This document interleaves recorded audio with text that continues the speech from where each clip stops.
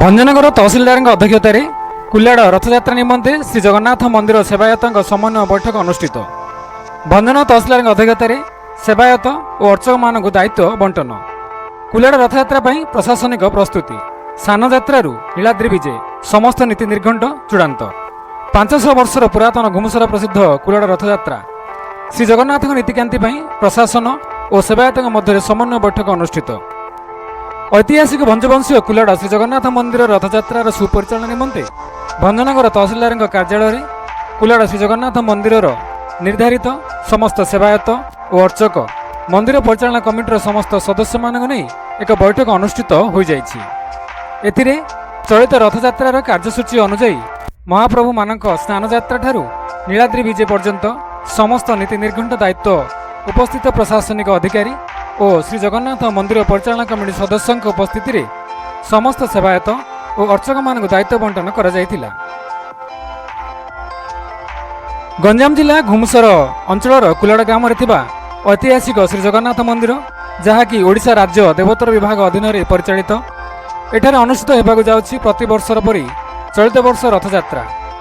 एठार रथ और यार दारुदेवता माने घुमुसर उपखंड में सबुठारु विराट एही श्री जगन्नाथ मंदिर भंजवंशीय बहु पुरातन तथा 500 वर्षर अधिक हेब। स्थानीय वयोज्येष्ठ व्यक्ति विशेषज्ञ मतरे एठार रथ और यार चक अख मध्य आहुरी विराट थिला, किंतु समय अनुसार समसामयिक परिस्थिति और काठर अभाव रथ और दारुदेवता मध्य संकुचित हो जाइछन्ति। तथापि एबे भी कुल्याड़ श्री जगन्नाथ मंदिर विराट, बड़दाण्ड विराट, रथ खड़ा रथ और दारुदेवता सहित महाप्रभुଙ୍କ मन मध्य विराट। सूचनायोग्य जे एही बहु पुरातन कुल्याड़ रथयात्रा एही खंडमंडल सबुठारु आकर्षणीय भव्य और विराट रथयात्रा। एही रथयात्रा देखिबाकू बहु दूर दूरांतरु और आखपाख अंचलर लक्ष लक्ष श्रद्धालु जनसाधारण उपस्थित हुअन्ति रथयात्रा रे। सेतिपई एहाकू सुपरिचालन निमंते प्रशासनिक स्तर में अनेक बैठक अनुष्ठित हो सारी। सेहीपरि आज भंजनगर तहसिलदार कार्यालय तहसिलदार श्रीमती अभिप्सा पट्टनायक अध्यक्षतार उक्त मंदिर सेवायत और अर्चक मानू समस्त सम्मतिक्रमे मनोनीत करी चलित रथयात्रार समस्त नीति नियम कार्यक्रम को बंटन कर कार्यक्रम में अतिरिक्त तहसिलदार अविनाश महार सहित मंदिर परिचालन कमिटर सभापति ब्रह्मानंद दास, संपादक संजय प्रधान, 2 उपदेष्टा मुरलीधर पंडा और सुधीर कुमार दास समेत सूर्य पाढ़ी और अन्य सदस्य मान उपस्थित थिले।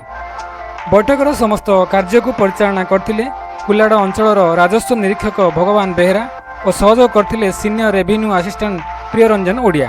तत्सहित उपस्थित थिले मंदिर मुख्य पंडा पूजक संतोष कुमार पंडा बापी, सुदर्शन पंडा, चिरंजीवी पाढ़ी, नारायण पंडा, सहयोगी अर्चक नरेंद्र पाढ़ी, सुनील कुमार पाढ़ी, सुशांत कुमार पंडा, नीलमाधव पात्र, जीतू पात्र और अन्य माने।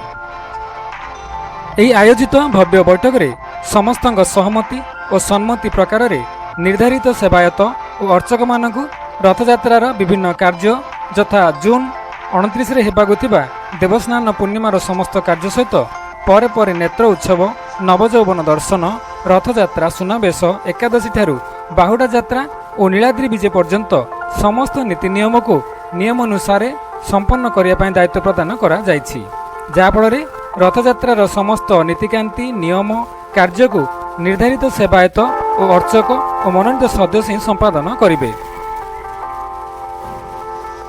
तहसीलदार कार्यालय यह बैठक अनुष्ठित होगा पर समस्त सदस्य प्रशासनिक अधिकारी वृंद एठारू कुल्याड़ अभिमुखे यात्रा करथिले एवं सेठारे आसीथिबा दारू बा काठ जहाँकि रथ कार्य निर्माण रथ निर्माण रे व्यवहार हबो, जेपरिक चक आ किछि अंश रथर निर्माण हबो, से दारू को सेठारे ओढ़ा जाइथिला।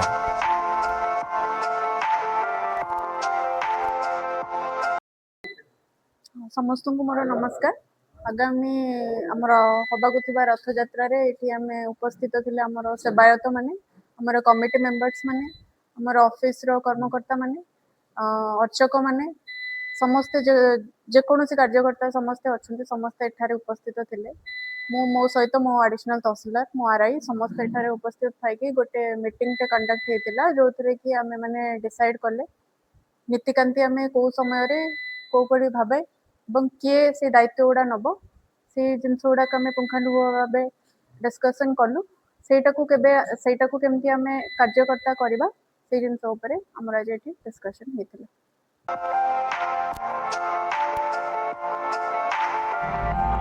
भंजनगर तहसिलदार अध्यक्षतार कुल्याड़ रथयात्रा निमंते श्री जगन्नाथ मंदिर सेवायत समन्वय बैठक अनुष्ठित।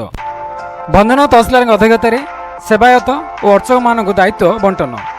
कुल्याड़ रथयात्रा प्रशासनिक प्रस्तुति सान यात्रु नीलाद्रि विजे समस्त नीति निर्घंट चूड़ांत 500 वर्षर पुरातन घुमुसर प्रसिद्ध कुल्याड़ रथयात्रा श्री जगन्नाथ नीतिकांति प्रशासन और सेवायत मध्य समन्वय बैठक अनुष्ठित।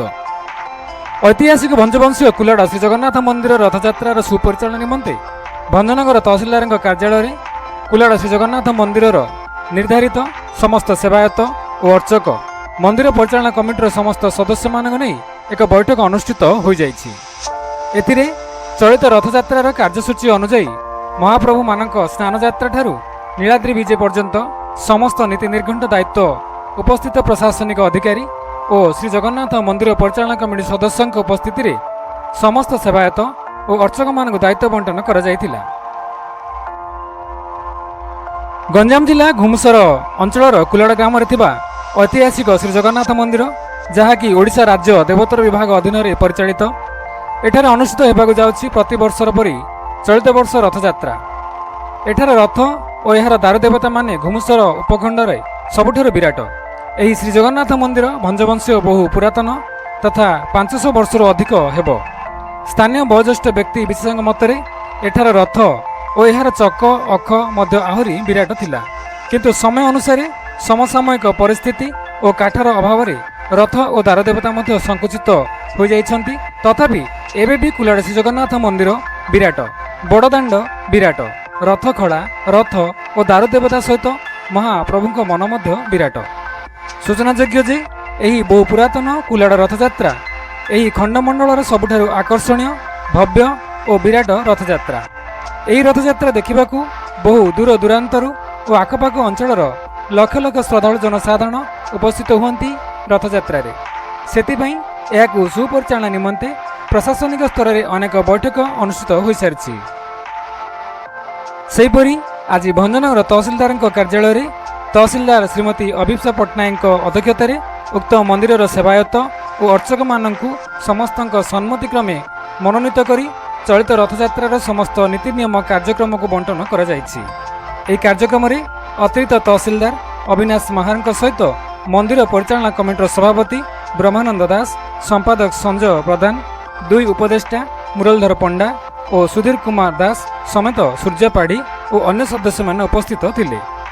बैठकर समस्त कार्य को परिचालना करथिले कुल्याड़ अंचलर राजस्व निरीक्षक भगवान बेहेरा और सहयोग करथिले senior revenue assistant Priyaranjan Odia. तत्सहित उपस्थित थिले मंदिरर मुख्य पंडा पूजक संतोष कुमार पंडा बापी, सुदर्शन पंडा, चिरंजीवी पाढ़ी, नारायण पंडा, सहयोगी अर्चक नरेंद्र पाढ़ी, सुनील कुमार पाढ़ी, सुशांत कुमार पंडा, नीलमाधव पात्र, जीतू पात्र और अन्य माने। एही आयोजित भव्य बैठक रे समस्त सहमति और सम्मति प्रकार रे निर्धारित सेवायत और अर्चक मानकु रथयात्रार विभिन्न कार्य यथा जून 29 रे हेबाकु थिबा देवस्नान पूर्णिमार समस्त कार्य सहित परे परे नेत्र उत्सव, नवजौवन दर्शन, रथयात्रा, सुनावेश, एकादशी ठारू बाहुडा यात्रा और नीलाद्रि विजे पर्यंत समस्त नीति नियम को नियम अनुसार संपन्न करने दायित्व प्रदान करा जायछि, जाफल रथयात्रार समस्त नीतिकांति नियम कार्य को निर्धारित सेवायत और अर्चक और मनोनीत सदस्य ही संपादन करेंगे। तहसीलदार कार्यालय में यह बैठक अनुष्ठित होगा पर समस्त सदस्य प्रशासनिक अधिकारी वृंद एठारू कुल्याड़ अभिमुखे यात्रा करथिले एवं सेठारे आसीथिबा दारू बा काठ जहाँकि रथ कार्य निर्माण रथ निर्माण रे व्यवहार होबो, जेपरिक चक आ किछि किछि अंश रथर निर्माण होबो, से दारू को सेठारे ओढ़ा जाइथिला।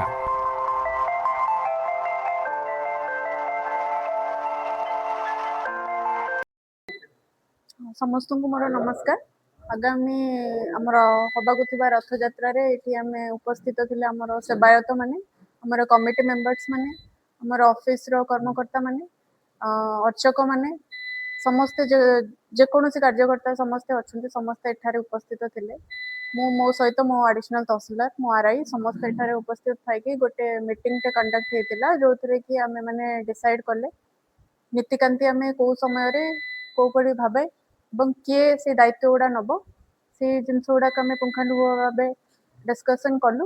ସେଇଟାକୁ କେମିତି ଆମେ କାର୍ଯ୍ୟକର୍ତ୍ତା କରିବା, ସେଇ ଜିନିଷ ଉପରେ ଆମର ଆଜି ଏଠି ଡିସ୍କସନ ହେଇଥିଲା।